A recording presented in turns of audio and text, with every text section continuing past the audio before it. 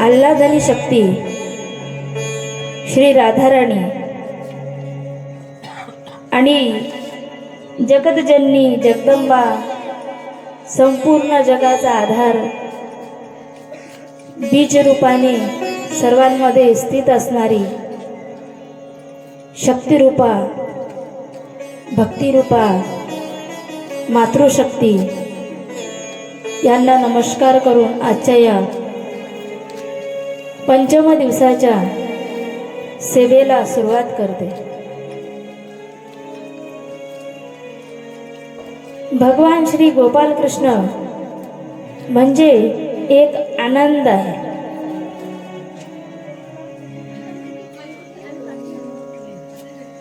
नंद बाबा यांच्या घरी भगवंताचा जन्म झाला, प्रागट्य झालं। प्रागट्याची लीला जेव्हा भगवंत प्रगट होतात, प्रगट कुठे होतात तर गोकुळामध्ये प्रकट होतात। गोना इंद्रिय आणि गोना गाय सुद्धा होते। गो याचा अर्थ पृथ्वी पण होतो। गोकुळ जे इंद्रियांचं कुळ, जो परमात्मा, जी चैतन्य शक्ती या संपूर्ण शरीराला, या संपूर्ण विश्वाला चालयमान करते, अशी जी आद्य शक्ती आहे, जे मूळ शक्ती आहे, जे सत्य स्वरूप आहे, तर ते सत्य स्वरूप जेव्हा भगवंत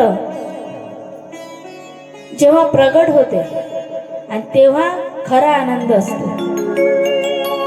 जोपर्यंत भगवंत प्रगट होत नाही तोपर्यंत अज्ञान रूपी अंधकार आणि अत्याचार याच्यामुळे मनुष्य होरपळून जातो। आणि म्हणूनच माता पृथ्वी या म्हणतात की मला संपूर्ण जगाचा भार सोसू शकते।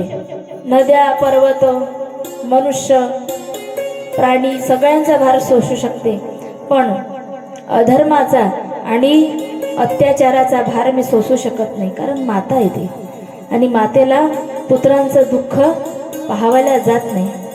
पुत्र थोडा जरी दुःखी असला तर मातेचं हृदय हे पिघळतं।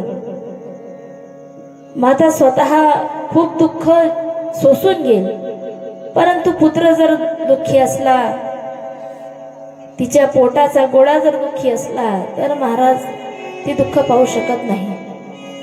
म्हणूनच माता पृथ्वी हिला या समस्त संसाराचं दुःख पाहावल्या गेलं नाही, म्हणून भगवंताकडे तिने आराधना केली। आणि आज तिच्या सांगण्यावरून, तिच्या आराधनेवरून भगवान श्री गोपाल कृष्ण यांचं प्रागट्य झालं। महाराज प्रगट कुठे झाले तर गोकुळामध्ये झाले। जन्म कुठे झाला? मथुरेमध्ये झाला। जे वसुदेव आहे आणि देवकी, देवकी म्हणजे काय? जी नेहमी देत राहते, जी नेहमी देत राहते तिला देवकी म्हणतात। देव म्हणजे देवची आहे, देव म्हणजे घेवची नव्हे, जो सर्वा सुखवित आहे या नावे देव, जो नेहमी देत राहते। फलंती वृक्षा वहंती नद्या येते परोपकाराय लोके देवेन निर्मिता।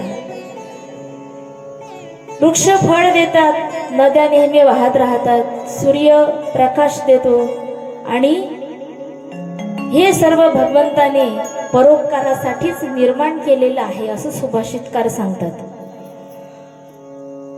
मग जो देतो, म्हणूनच आपण वृक्षाची पूजा करतो ना, की वट सावित्री होते त्यामध्ये वृक्षाची पूजा करतो।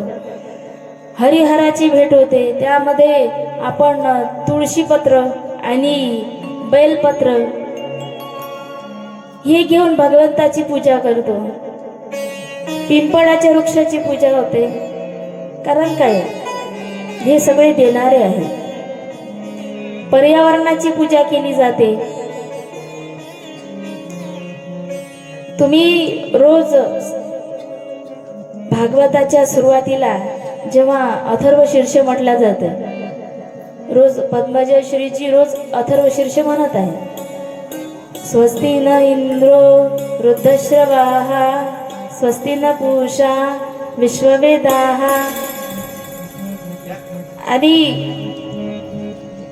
आणि ते हेही म्हणतात की जे वायू आहे, आकाश आहे आणि हे सर्व पृथ्वी आहे, हे सर्व काय ह्यात येणार आहेत आणि हे गणपतीचं रूप आहे. वृक्षवल्ली आम्हा सोयरी वनचरे, वृक्षवल्ली आम्हा सोयरी वनचरे, पक्षी सुसरे आडवी ते, पक्षी सुसरे आडवी ते, वृक्षवल्ली आम्हा वनचरी वृक्षवल्ली आम्हा सोयरी वनचरी, वृक्षवल्ली आम्हा सोयरी वनचरी, पक्षी सुसरे आडवी वृक्षवल्ली आम्हा सोयरी वनचरे, वृक्षवल्ली आम्हा सोयरी वनचरे.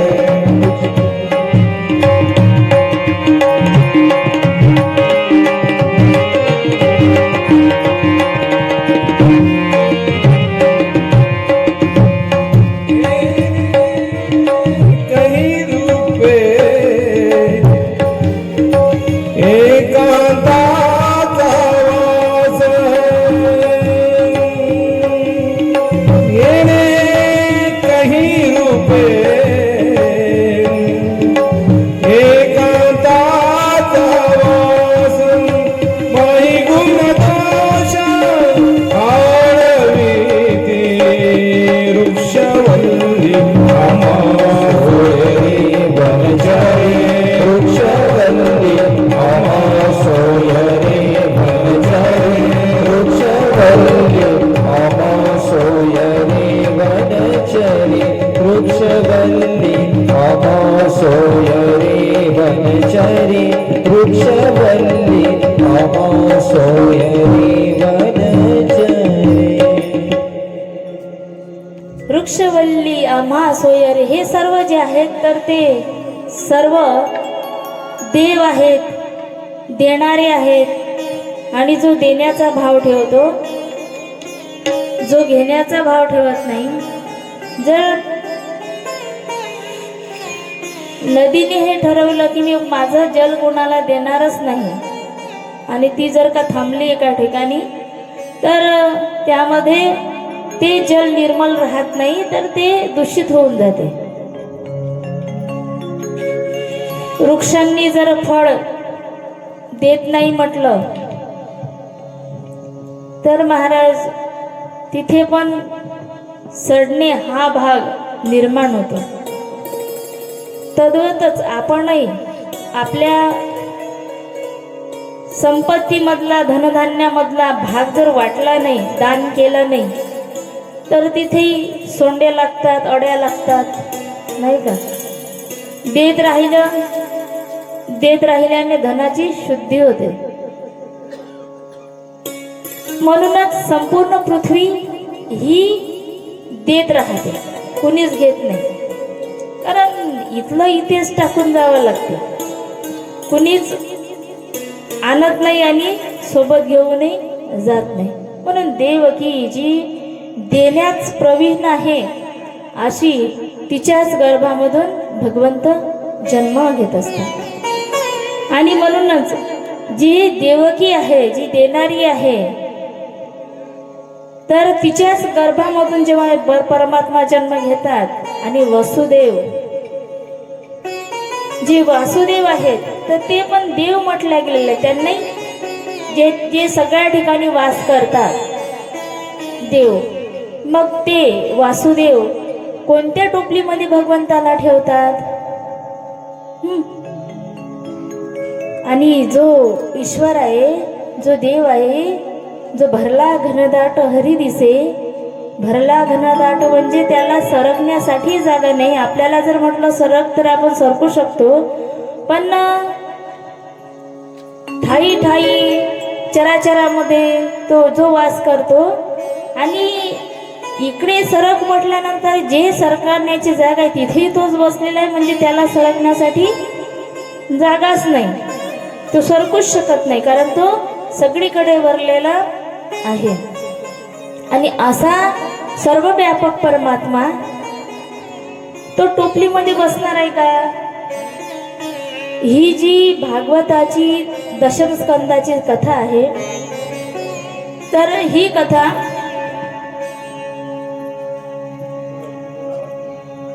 कोणी एक कोणता तरी बाळ जन्माला आलं बुवा आणि त्या बाळाची कथा आहे असं नाही. साक्षात परमात्मा देव, आणि तोही देव कसा, जो निर्गुण देव आहे. निर्गुणाचा बुंद सगुणी उतरला, कर्दम तो झाला एकाएकी. आणि तो देव जेव्हा सगुण रूपामध्ये येतो, जो निर्गुण आहे, आणि सगुण रूपामध्ये आल्यानंतर तो विविध प्रकारच्या लीला करतो.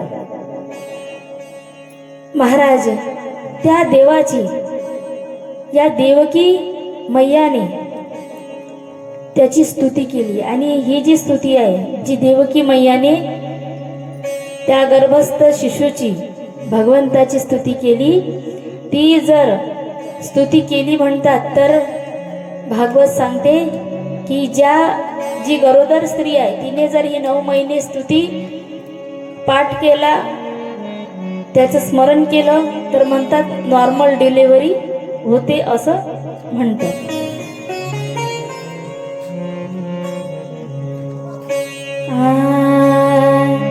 रूपं यत्तत् प्राहुरवत्तमाद्यं ब्रह्मज्योतिर्निर्गुणं निर्विकारं सत्तामात्रं निर्विशेषं निर्विहं सत्यं साक्षात् विष्णुरध्यात्मदीपः.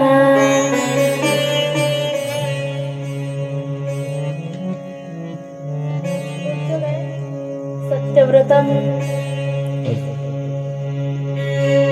सत्यव्रतं सत्यपरं त्रिसत्यं सत्यस्य योनिनिहितं च सत्ये सत्यस्य सत्यभूतसत्यमेव सत्यात्मकं त्वां शरणं सत्यव्रतं सत्यपरं त्रिसत्यं सत्यस्य योनिनिहितं च सत्ये सत्यस्य सत्यभूतसत्यमेव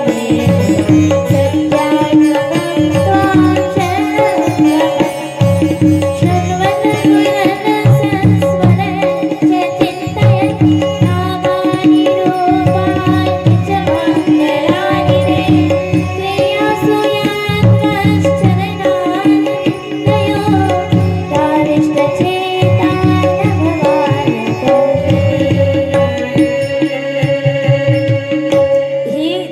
मातेने केलेली भगवंताची त्या कारागृहामध्ये केलेली स्तुती आहे की भगवंत कसा आहे. सत्यस्य योनिं निहितं च सत्ये सत्यात्मकं त्वां शरणं प्रपन्नः.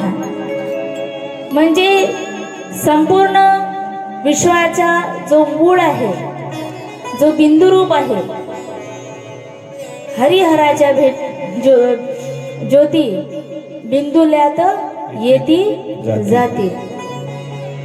आणि असा जो निर्गुण परब्रह्म परमात्मा आहे, जो सगळ्यांचा अधिष्ठाता आहे, जो सगळ्यांचा चालक आहे, आणि अशा त्या सत्य स्वरूप परमात्म्याची येथे स्तुती केलेली आहे देवकी मैयाने. आणि देव जे श्रीमद भागवतामध्ये जो देव सांगितलेला आहे, तर असं नका समजू की फक्त कृष्ण हे एक नाव दिलेलं आहे. कृष्ण एक नाव आहे. जसं एखादी वस्तू आपल्याला जर ती प्राप्त करायची असेल तर त्या वस्तूला नाव द्यावं लागते. जसं आपला जन्म झाला होता तेव्हा आपल्याला नाव होतं का? नव्हतं. पण तरी मग जन्म झाल्यानंतर 12 दिवसांनी आपल्याला नाव ठेवलं. नाव ठेवलं मग जसं देव हे नाव आहे, पाणी हे नाव आहे, ग्लास हे नाव आहे, साखर हे नाव आहे. हे काही झाली नाव आहे.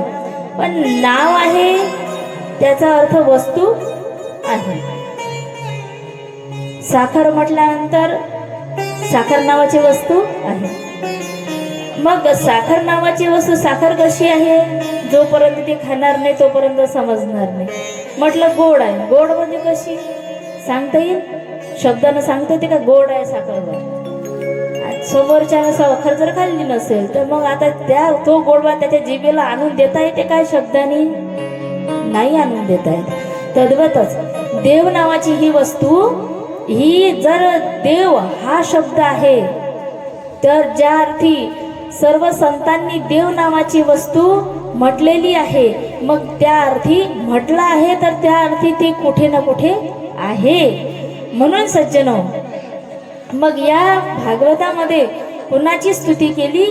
जो सत्य आहे, ब्रह्म आणि विष्णू, ब्रह्मा आणि हर, त्यासे निर्मिता तोची थोर, तोची जाणावा परमेश्वर, नाना यत्ने करुनिया. जो ब्रह्मा, विष्णू आणि हर यांनाही निर्माण करणारा जो परमतत्व परमात्मा आहे, तर तो परमात्मा आपण नाना यत्न करून या देहामध्ये आलेलो आहोत, तर त्याला शोधणे हेच मनुष्य जन्माचा परम कर्तव्य आहे आणि परम कल्याण आहे. मग तो परमात्मा शोधण्यासाठी मग महाराज तर त्यासाठी सद्गुरूकडे जावं लागते. मग तो परमात्मा, जो परमात्मा विश्वव्यापक आहे, जो परमात्मा संपूर्ण विश्व चालवतो, त्याचा आधार आहे, संपूर्ण विश्वाचा जो आधार आहे, मग तो परमात्मा कोणत्या टोपलीमध्ये असणारा परमात्मा, तर तो जो परमात्मा आहे तो बसलेला आहे भावरूपी टोपलीमध्ये.